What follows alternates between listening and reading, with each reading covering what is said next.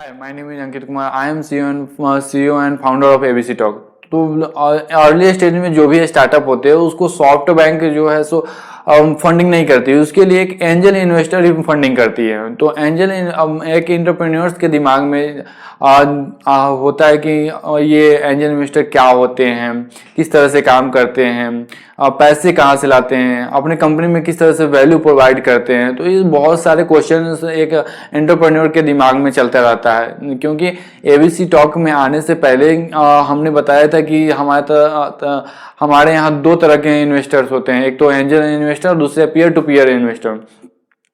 Angel investor क्या होते हैं, तो उसमें बहुत सारे क्वेश्चंस होते हैं जो कि एक एंटरप्रेन्योर्स को बिगिनर में तो नहीं समझ में आता है. तो उसके लिए हम बताना चाहते हैं कि पहला क्वेश्चन ये है कि एंजल इन्वेस्टर कौन होते हैं और अपने कंपनी में जो भी स्टार्टअप में इन्वेस्ट करते हैं उसमें क्या वैल्यू प्रोवाइड करते हैं. तो एंजल इन्वेस्टर कोई बड़ी कंपनी का सीईओ हो सकते हैं, एमडी हो सकते हैं, वीपी हो सकते हैं, सीडब्ल्यू हो सकते हैं, या एक पर्टिकुलर एक बिजनेसमैन हो सकता है और कोई जिसका अपना स्टार्टअप है जो कि उसको सेल करके एग्जिट ले चुका है, उसके पास बहुत सारे अमाउंट होते हैं. तो वो छोटे छोटे जो भी स्टार्टअप होते हैं उसमें इन्वेस्ट करते हैं, जिसके कारण एक तो फायदा ये होता है कि वो इन्वेस्ट करते हैं तो उनका तो फायदा होता ही, और साथ ही साथ जो भी कंट्री में इन्वेस्ट करते हैं तो उस कंट्री का जीडीपी भी इंक्रीज होता है.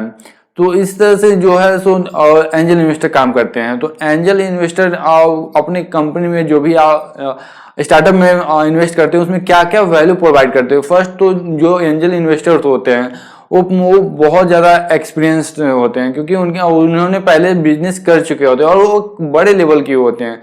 तो उनके पास एक पर्टिकुलर फील्ड का एक्सपीरियंस होता है, जिसके कारण जो भी स्टार्टअप में इन्वेस्ट करते हैं उसमें क्या होता है कि वो तो एक मेंटोरशिप देते ही हैं, एडवाइस देते हैं, और साथ ही साथ अगर आपका स्टार्टअप अगर स्केल कर जाता है, बहुत बड़ा हो जाता है, तो अगर वेंचर कैपिटल इन्वेस्टर के पास जाना होता है तो वो कॉन्टैक्ट एक्सेस भी देते हैं, आपको फंडिंग के लिए भी ले जाते हैं कि फंडिंग किस तरह से होगा. तो एक पूरी तरह से गाइडेंस देते हैं, जिसके कारण जो कि बहुत फायदेमंद होता है कि एक इनिशियल स्टार्टअप के.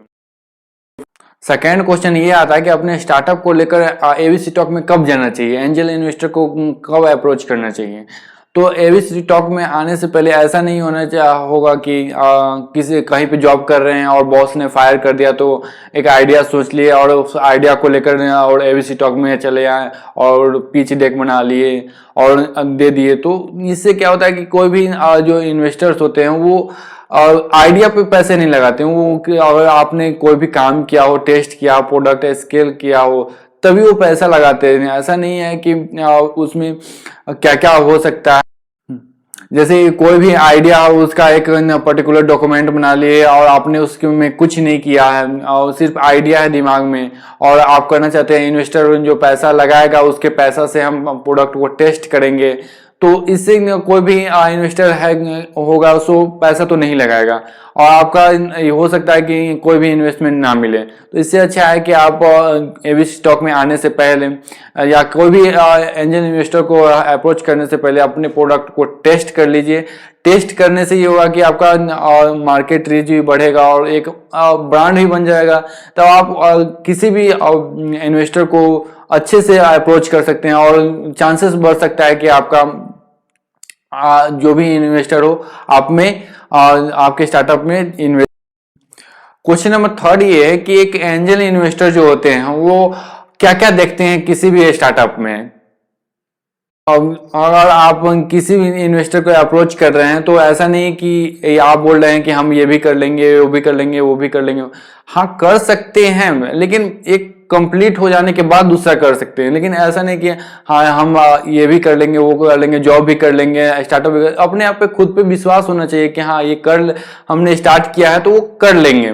तो अगर जो भी इन्वेस्टर होते हैं वो पहले तो कॉन्फिडेंस देखते हैं आपकी कि आप कौन सा किस कॉन्फिडेंस से आप उस स्टार्टअप को स्टार्ट किया है और क्या आप उस स्टार्टअप को स्केल कर पाएंगे। अगर को हो सकता है कि कोई प्रॉब्लम हो जाए, चाहे पर्सनल प्रॉब्लम हो जाए, तो क्या क्विट कर देंगे। अगर क्विट कर देंगे तो ये होगा कि जो भी इन्वेस्टर इन्वेस्ट किया है आप में, तो उसका तो लॉस हो जाएगा। तो फर्स्ट तो ये देखते हैं कि आप में बिलीव किस तरह से उस स्टार्टअप को लेकर।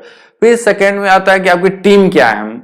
टीम कहने का मतलब कि आप अकेले काम कर रहे हैं, अकेले वन मैन आर्मी बने हुए हैं, कि आपके पर्टिकुलर सेगमेंट के लिए पर्टिकुलर टीम है, जैसे कि मार्केटिंग के लिए अलग टीम है, डेवलपमेंट के लिए अलग टीम है, सेल्स के लिए अलग टीम है, टेस्टिंग के लिए अलग टीम है। तो एक एक्सपर्टीज टीम अगर आपके पास होता है तो आप जल्द से जल्द स्केल कर पाते हैं। और थर्ड पॉइंट में आता है कि ट्रांजैक्शंस क्या है आपका, जो भी एक ग्रोथ है, जो भी आपने इस साल क्या सेल्स किया है, इस साल क्या प्रोडक्ट सेल किया है, और इस मंथ क्या किया है, उसका एक्यूरेट जो है शून्य डाटा होना चाहिए। अप्रोक्सीमेटली डाटा अगर आप उसको देंगे तो वो उसको लगेगा कि कोई भी इन्वेस्टर को लगेगा कि आप एक कंफ्यूजन में जी रहे हैं, खुद नहीं पता है कि आप क्या कर रहे हैं, क्या आपका कंपनी के बारे में खुद नहीं पता है, तो आप किस तरह से रिप्रेजेंट करेंगे। तो उसके बारे में पर्टिकुलर आपको पता होना चाहिए। फोर्थ में आता है मार्केट साइज। मार्केट साइज किस तरह से है आपका, और क्या आप ऑनलाइन कर रहे हैं या ऑफलाइन कर रहे हैं। ऑफलाइन कर रहे हैं तो आप किस किस एरिया में कर रहे हैं, कितना आपके पास कस्टमर है, इसका पर्टिकुलर आपको पर्टिकुलर डाटा का एनालाइज आपको करना होगा। और एनालाइज करके आपको एक डॉक्यूमेंट बना के रख लेना होगा, ताकि ऐसा नहीं है कि ह्यूमन एरर हो सकता है कि याद नहीं भूल जाए। तो एक हो सकता है कि आप कोई डॉक्यूमेंट में लिख करके, और जब भी आप पीछे देने जाएं तो उसको देख लिए एक बार, क्योंकि आगे कोई भी इन्वेस्टर होता है कि आप कॉन्फिडेंस दिखता है कि आप किस कॉन्फिडेंस से बोल रहे हैं। तो आपके पास अगर पर्टिकुलर डाटा होगा तो आप एक कॉन्फिडेंस से बोलेंगे, नहीं तो ऐसे ही करते रहिएगा तो हो सकता है कि इसी वजह से आपका कोई इन्वेस्टर इन्वेस्ट ना कर पाए। और फिफ्थ नंबर पे आता है अपना एक कंपनी का वैल्यू आपको पता होना चाहिए। कि ऐसा नहीं है कि कंपनी का वैल्यू आप नहीं बता पा रहे हैं, जैसे कि आपका अर्ली स्टेज स्टार्टअप है और हर किसी को लगता है कि हमारा स्टार्टअप मल्टी बिलियनियर कंपनी है। तो एक पर्टिकुलर आपको एक डाटा एनालाइज करके पता लगाना होगा कि हाँ हमारी कंपनी का वैल्यू क्या है। तो इस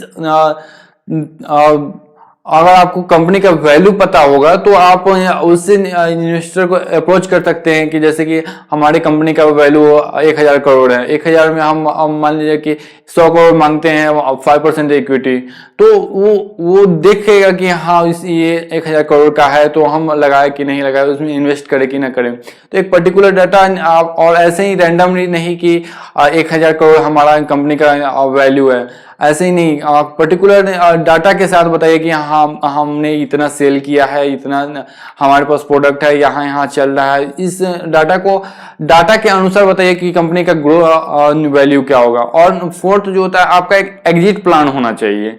कोई भी कंपनी का एग्जिट प्लान होना चाहिए। अगर मान लीजिए कि कोई भी इन्वेस्टर आप में इन्वेस्ट करता है तो ऐसा नहीं कि उस इन्वेस्टर का पैसा डुबा दे, एक एग्जिट प्लान भी आपके पास होना चाहिए। That's about angel investor. Thank you.